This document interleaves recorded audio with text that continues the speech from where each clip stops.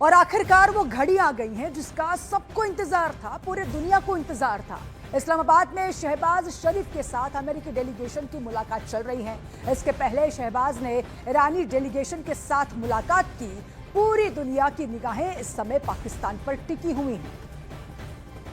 तो दो देशों के बीच शांति की बैठक इस समय चल रही है। शांति वार्तालाप यहां पर हो रहा है। यूएस डेलीगेशन एक तस्वीर में नजर आ रहे हैं, तो दूसरी तरफ जो है ईरान के डेलीगेशन नजर आ रहे हैं, ईरानी डेलीगेशन नजर आ रही हैं। इस समय पाकिस्तान की धरती पर एक इतिहास रचा जाएगा। हालांकि इस समय की जो तस्वीरें सामने आ रही हैं वो कुछ और बयां कर रही हैं, लेकिन बीच बीच में जो बड़ी खबरें आ रही हैं वो ये भी बयां करती हैं कि कहीं ना कहीं ये जो बातचीत है इसका सफल जो है, ये सफल बातचीत रहेगी या नहीं वो कुछ ही समय में पता चलेगा। लेकिन इस समय जो बड़ी खबर हम आपको बता रहे हैं, जिसका सबको इंतजार था, तकरीबन 45 दिन पूरे हो चुके हैं इस युद्ध को और आखिरकार इस युद्ध के बाद सीजफायर का ऐलान हो चुका था, शांति वार्ता की बात हो रही थी। और इसी बीच पीस टॉक के बीच ये तस्वीरें निकलकर सामने आ रही हैं पाकिस्तान से, जहां पर यूएस डेलीगेशन, ईरानी डेलीगेशन साथ में बैठे हैं, बातचीत कर रहे हैं और शहबाज शरीफ के साथ अमेरिकी डेलीगेशन की मुलाकात चल रही है।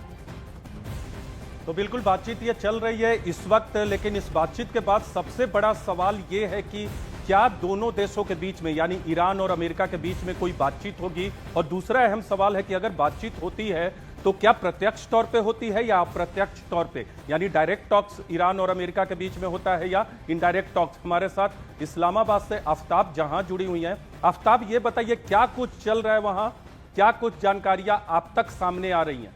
बैठक चल रही है या खत्म हो चुकी है?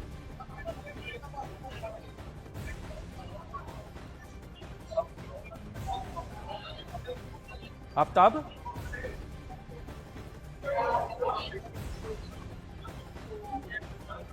आफ्ताब, आप तक आवाज आ रही है? जी, मुझे कुछ पूछ रहे थे, मुझे आवाज नहीं आई है। ठीक है आफ्ताब, ये बताइए, बैठक को शुरू हुए करीब घंटे भर होने को है, मुझे लगता है बैठक खत्म होने की कोई जानकारी सामने आई है या बैठक के अंदर से अब तक कोई जानकारी आप तक पहुंची है? क्या चल रहा है, क्या माहौल है वहां?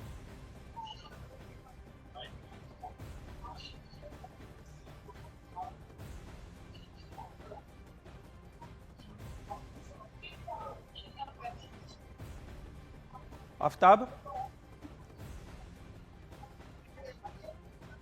लगता है आफ्ताब तक हमारी आवाज नहीं जा रही है, लेकिन आफ्ताब से लगातार संपर्क करने की कोशिश। नायब सदर हैं, अमेरिकी नायब सदर, उनकी मुलाकात पाकिस्तान के वज़ीर-ए-आज़म से चल रही है। जी, कंटिन्यू।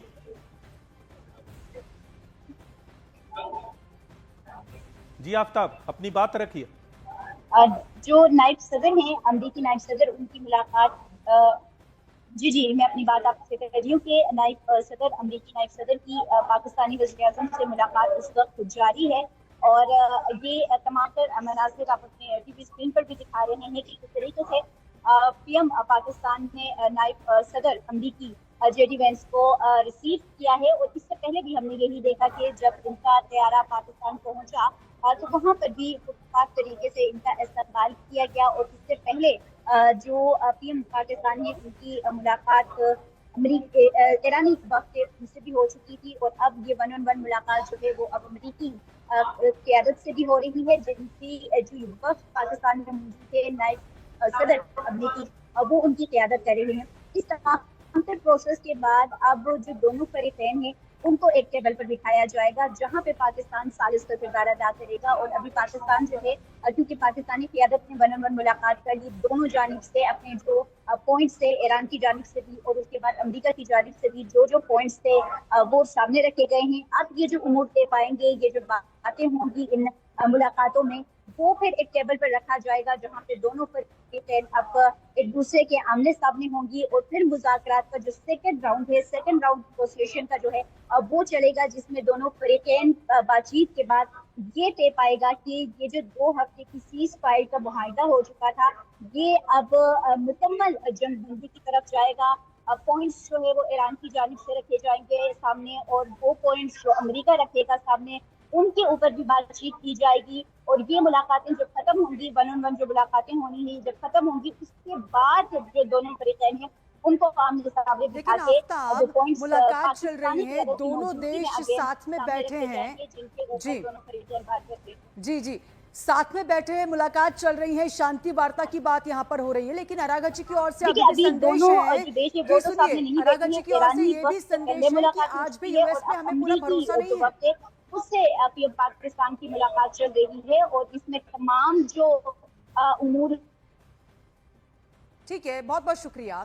तो इस्लामाबाद में फैसले हो रहे हैं या फिर वॉशिंगटन से डोर खींची जा रही है? पाकिस्तान के सेना प्रमुख असीम मुनीर क्या खुद कमांड में है या किसी और के इशारे पर चल रहे हैं? ये एक ट्वीट आता है, देखिए।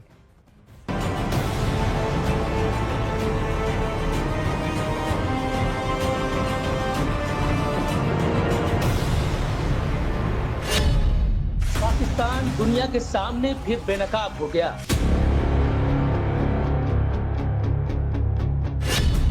ग्लोबल मंच पर पाकिस्तान फिर बेइज्जत हुआ।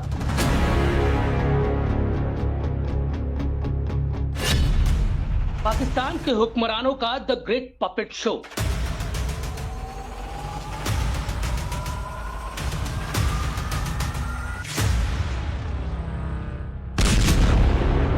पश्चिम एशिया में छिड़ी जंग में पाकिस्तान भी एक किरदार है, एक ऐसा किरदार जो भले ही परोक्ष रूप से जंग का हिस्सा नहीं है, लेकिन हर मोड़ पर उसकी भूमिका सवालों के घेरे में है।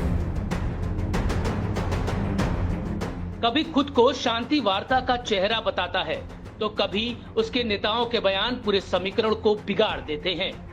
हाल ही में पाकिस्तान के रक्षा मंत्री ख्वाजा आसिफ का विवादित पोस्ट और फिर उसका अचानक गायब हो जाना इसी दोहरे चरित्र को उजागर करता है। एक तरफ अमेरिका की नाराजगी, दूसरी तरफ इजराइल का अविश्वास। इन सब के बीच पाकिस्तान की स्थिति एक ऐसे खिलाड़ी की लगती है जो खुद चाल नहीं चल रहा, बल्कि किसी और के इशारे पर अपनी चाल बदल रहा है। लेकिन पाकिस्तान में चल रहे इस पपेट शो की पूरी कहानी क्या है? कौन इस कहानी का सबसे अहम किरदार है?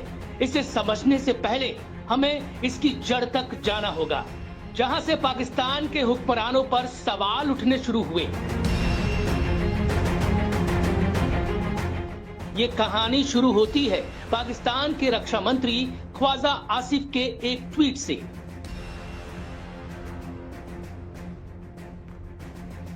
इस ट्वीट में उन्होंने इजराइल को मानवता के लिए अभिशाप बताया और बेहद तीखी भाषा का इस्तेमाल किया, जो सीधे तौर पर एक पूरे देश और समुदाय को निशाना बनाती थी।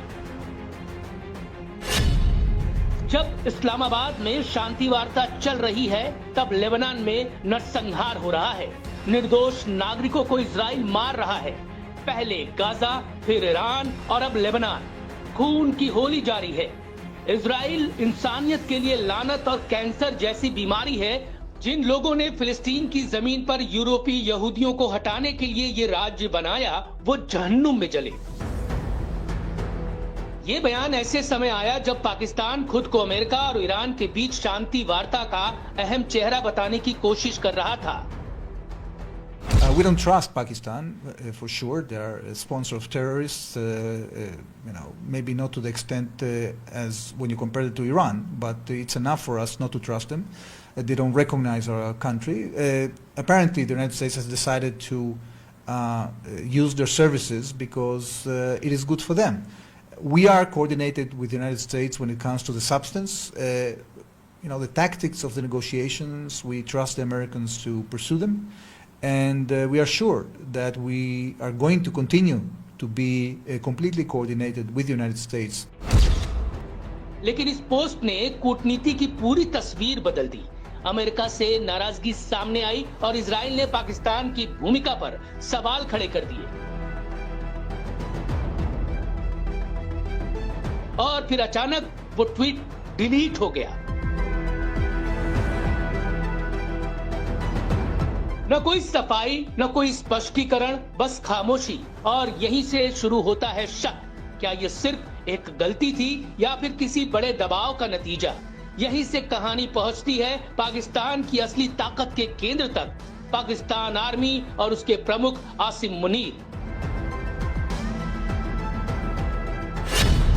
पाकिस्तान की राजनीति में अक्सर कहा जाता है कि फैसले संसद में नहीं बल्कि रावलपिंडी के GHQ में होते हैं, यानी पाकिस्तान की सेना के जनरल हेडक्वार्टर में। यहां से पाकिस्तान की पूरी सेना का कमांड, नियंत्रण, प्रशासन और रणनीतिक फैसले होते हैं। लेकिन इस बार सवाल और बड़ा है, क्या GHQ भी पूरी तरह से स्वतंत्र है? क्योंकि जिस तेजी से एक विवादित बयान आया और फिर उसी तेजी से गायब हुआ, वो किसी अंदरूनी डैमेज कंट्रोल से ज्यादा बाहरी दबाव की ओर इशारा करता है। अमेरिका की नाराजगी सामने आती है और पाकिस्तान तुरंत बैकफुट पर दिखता है। ऐसे में तस्वीर बनती है एक कठपुतली की, जहां चेहरा असीम मुनीर का है, लेकिन डोर कहीं और से हिलती नजर आती है। और यही सवाल सबसे बड़ा है, क्या मुनीर खुद फैसले ले रहे हैं या फिर वैश्विक ताकतों के इशारे पर पाकिस्तान की दिशा तय हो रही है? ये भी समझेंगे, लेकिन पाकिस्तान की सत्ता में हायरार्की ब्रेकडाउन की कहानी भी समझिए। किसी भी लोकतांत्रिक देश में रक्षा मंत्री सेना प्रमुख से ऊपर होता है। नीतियां सरकार तय करती हैं और सेना उन्हें लागू करती है। लेकिन पाकिस्तान में तस्वीर अक्सर उल्टी नजर आती है। यहाँ सत्ता की असली हायरार्की कागजों में नहीं, बल्कि ताकत के संतुलन से तय होती है। ख्वाजा आसिफ जैसे मंत्री भले ही पद में ऊपर दिखे, लेकिन फैसलों की असली दिशा अक्सर असीम मुनीर के इर्द गिर्द घूमती नजर आती है। यानी सिविलियन सरकार और सेना के बीच एक अदृश्य खींचतान हमेशा मौजूद रहती है।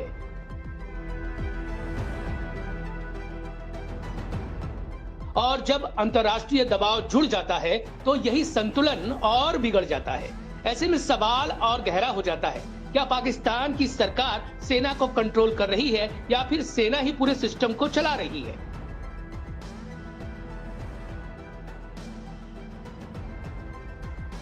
और अगर सेना दबाव में है तो आखिर असली कंट्रोल किसके हाथ में है? इस सवाल का जवाब भले ही सीधे सीधे नहीं मिलता, लेकिन घटनाओं की कड़ियां बहुत कुछ इशारा जरूर करती हैं। जैसे ही विवादित बयान आया, अंतर्राष्ट्रीय दबाव बना और फिर तुरंत डैमेज कंट्रोल भी दिखा। अमेरिका की तरफ से सख्त प्रतिक्रिया सामने आई। खासतौर पर जॉश गाथिमीर जैसे नेताओं ने इसे कूटनीति के खिलाफ बताया। ये पूरी तरह पागलपन है। जब पाकिस्तान सीज फायर वार्ता की अगुवाई कर रहा है, उस समय उसका रक्षा मंत्री यहूदी और इजराइल को निशाना बनाते हुए जहरीली भाषा बोल रहे हैं। ऐसी नफरत भरी बयानबाजी इस नाजुक समय में बिल्कुल अस्वीकार्य और नुकसानदेह है। ये कूटनीति नहीं है और इसकी कड़ी निंदा होनी चाहिए। और इसके बाद जो हुआ वो सबसे अहम था, ख्वाजा आसिफ का ट्वीट गायब। यानी घटनाओं की टाइमिंग एक ऐसा पैटर्न बनाती है जहां फैसले भीतर से नहीं बल्कि बाहर के संकेतों से बदलते नजर आते हैं। ऐसे में तस्वीर साफ होती है, एक ऐसा सिस्टम जहां चेहरा इस्लामाबाद का है, ताकत रावलपिंडी में है, लेकिन असर कहीं और से आता है।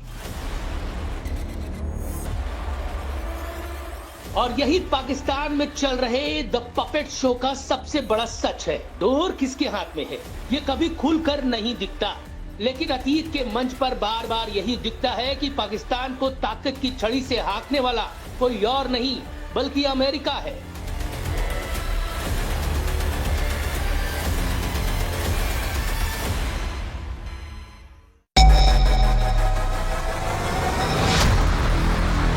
तीखे सवाल और जनता का हार।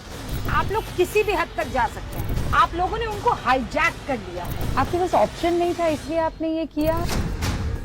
ग्राउंड जीरो पर फिर आ रही है सबसे मुखर आवाज। बंगाल के रसगुल्ले का सियासी स्वाद।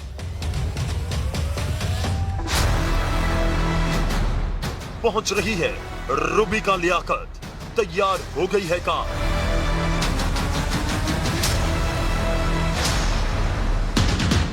बंगाल चुनाव की हर कवरेज सिर्फ न्यूज़ 18 इंडिया पर।